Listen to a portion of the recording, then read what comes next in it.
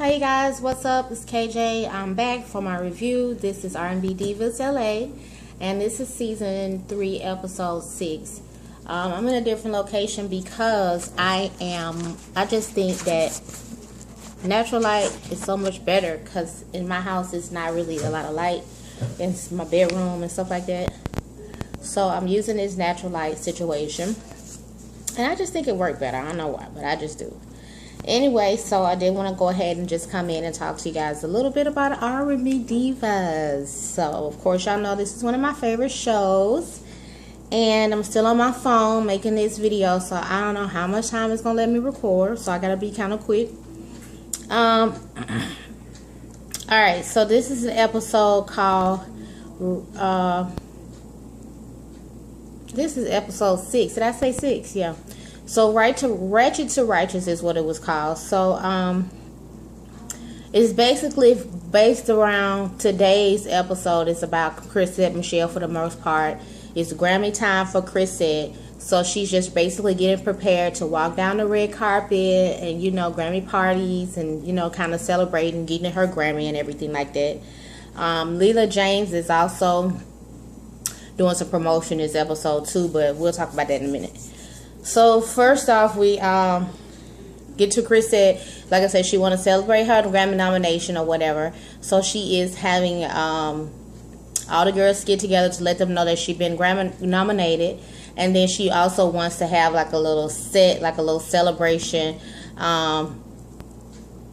you know, for the whole thing, like something intimate, nothing big, you know, nothing major, just like a little shindig with some guitars and candles. So that's what she said.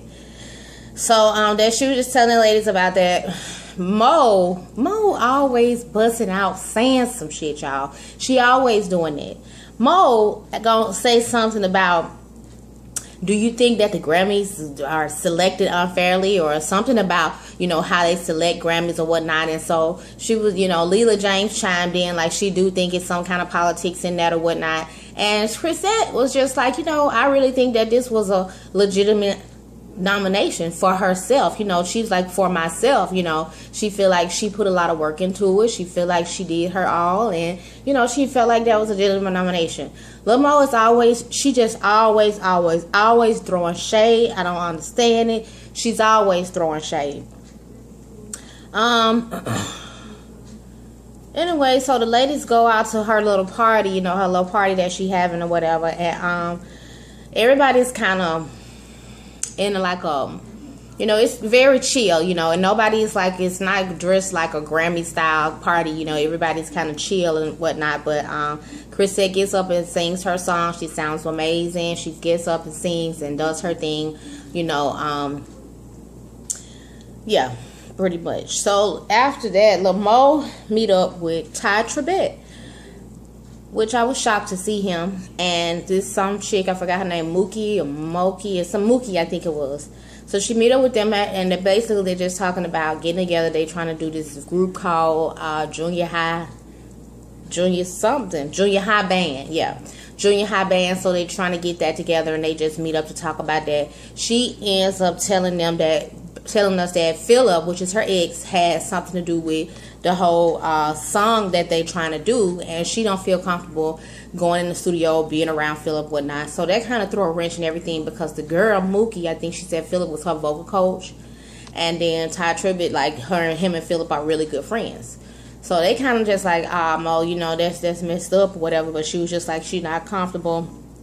And they all thought that he was going to be a part of the project, but Mo don't want him to be a part of the project. So they kind of pause on that a little bit, but they going to try to work it out to where she don't have to be in the same place with him to support her part or whatever.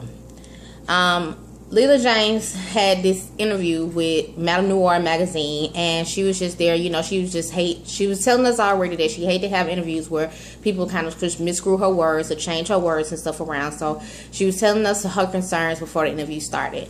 But in my opinion, Leela James was really kind of like stank before the interview started. Like, she didn't even want to really do the interview. Her and Anthony Hamilton got this song. They met up at some point in the episode and talked about it or whatever, and ate some soul food. But they got this song, and they just kind of trying to promote it and everything like that. And she's just not, I thought she just didn't want to do the interview from the jump. Like, she just seemed like she was just so against doing the interview to begin with. So now it's just like, she get there, I feel like she giving off a stank ass vibe. And the girl who's giving the interview kind of got the stupid face. She kind of like, she feeling awkward because she don't know how to deal with this crazy ass lady with this big ass fucking hair. So, anyway, she go ahead and talk about, girl asking her different questions. Leela getting annoyed with every damn question. The girl ain't even really asking her nothing wrong, She just asking questions, and she getting annoyed about that. She even asked her about her hair, and she was like, I don't do nothing. I just thought that was just so stanky. Like, bitch, get out my damn interview if you don't want to be cooperative. Like, you can't even answer a question about your big ass hair. And I know you. She's like, no product, no nothing. She's like, I don't do nothing. Like, she was just over it. She was really rude, and they probably not gonna invite her back. And I'm sure she don't care, but she just was rude, and I didn't like the vibe that she was giving off with the interview. Like, she just brought that from the jump to me.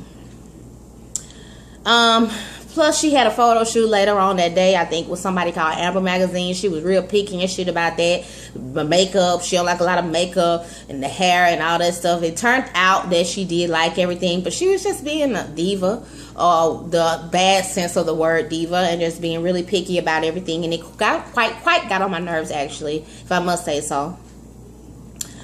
Mo having a show, whatever, so she doing a little show for the whole junior high band, and so come to find out that Ty Tribbett and the girl cannot show up because they're on the East Coast, she on the West Coast, and the flights are canceled because of all the snow that was going on this winter. The winter was crazy, so we could definitely something that believable, but they ended up having to cancel that.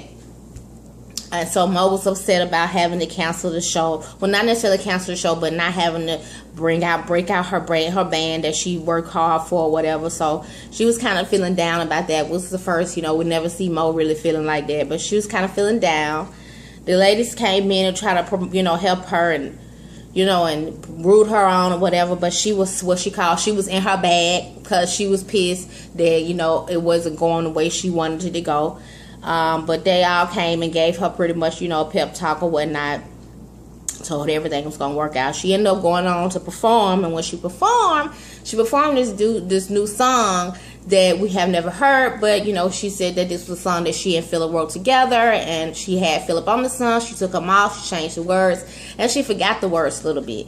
So she ended up singing about it, and basically she said it was based on what she'd been going through. And she got emotional when she was singing. And, she always sound good. But, when she forgot the words, I felt like she needed to move on to the next song. It was kind of getting a little stupid at some point. She was making up little stuff. And, I just felt like she needed to go ahead and just wrap it up right there when she forgot the words. But however, whatever, she ended up performing that, and everybody, the crowd cheered or whatever. She thanked the crowd and, whatever.